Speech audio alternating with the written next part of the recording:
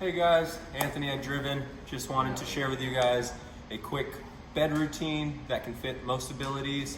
I know most folks are in their home, long hours during these times, but there's a few things we can work on: the head, neck, and shoulders. And here they are. So while you're fresh out of bed in the morning, work on some neck movement, some head movement, possibly some shoulder, some upper back movement while you're supine on your back.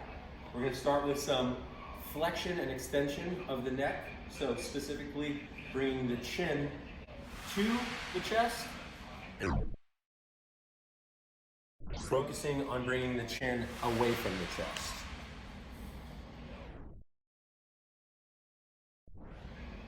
We'll do that a few times, so you can do about 10 to 12 of those multiple times. And if that is for some reason too easy, or after a few days you start to feel a need for a little resistance, if you have someone at home, a caregiver, a loved one, a child, anybody, you can put some resistance on the top of the forehead. It'd be probably a good idea to wear some gloves while you do this. But, you know, who's watching, right? And then some resistance up here while you're flexing the neck, and then while you're up here with the chin tucked, you can put some resistance in the back of the head and have them push back into your hand, and work on the extension portion. Perfect. Next we'll move to lateral rotation of the neck. So basically moving the chin left and right. So bringing the ear closer to the mat, almost tucking your chin at your shoulder or closer to the mat. And that'll definitely work out the sides of the neck and make sure when we already get into your chair or anything of that nature, it'll be a little bit more mobile. And if for some reason that's too easy, or just after a few days get used to it, put some resistance on the side of the head, specifically maybe the temple. So having them push into that resistance, and then same focus, bringing the ear and chin to the mat, and once again bringing your chin to the left,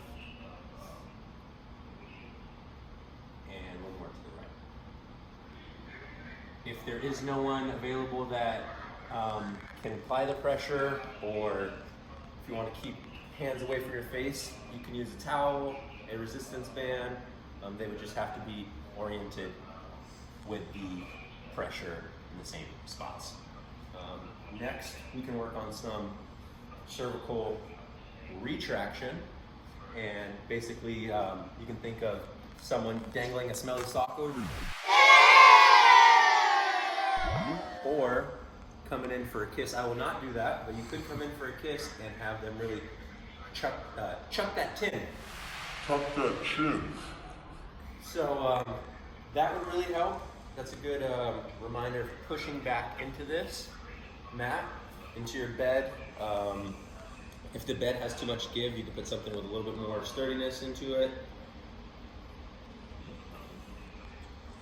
Next, we'll work on some scapular protraction and retraction. So pushing these shoulder blades together and into the mat like this, and then doing the exact opposite and allowing the scapulas to get far away from each other. That'll just allow for more movement, easier movement with the upper extremities, passive, actively. So really focus on bringing those scapulas together when you're pushing into the mat, and apart as you are bringing your shoulders apart. Next, we can work on some active and passive arm movement for the upper extremity. So for the left arm, you can do this bilaterally. You can do one at a time. So working on presses and rows, so basically having them push their elbow into the mat if they're able to. If not, you can facilitate it. Starting out with a few passive would be a good idea, and then having them engage as much as they can. So giving them some cues, some pressure into the mat, pushing that shoulder, that elbow into the mat as they pull down, and keeping that elbow as tucked into the rib cage as possible.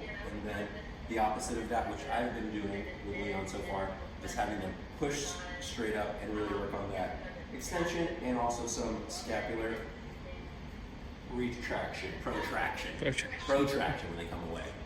Cool. And then pushing up and really pulling those scapulas apart. And you have more mobility. Doing this with the other side would not be a bad idea. So that would be good. Adding resistance as you go along would also be a good idea. So in case they report that this is too easy or after a few days it's less challenging, having them push straight up and just applying some resistance here at the top of the hand along the wrist would be a good idea. And then having them relax on the way down and actively pushing again into some resistance. And then on the way down you can put some resistance here behind the elbow and then having them pull into that. One more time. Pull into the resistance. Pushing that elbow into the mat. Next, we're going to work on some forward flexion. So coming up over the head of the shoulder. So this can be done passively. Best advice would be do not go full range of motion without feeling for the limitations. So you're supine and you're able to do this, that would be a good idea to ease your way into it. If you're having someone else do it, make sure you let them know easy at first. Easy does it. So getting that arm back here, getting that arm out to the side, and still applying some resistance along the way. If it's too easy, you can have them push into the resistance as they lift that arm. And do the same thing with a forward raise, straight up and over your head.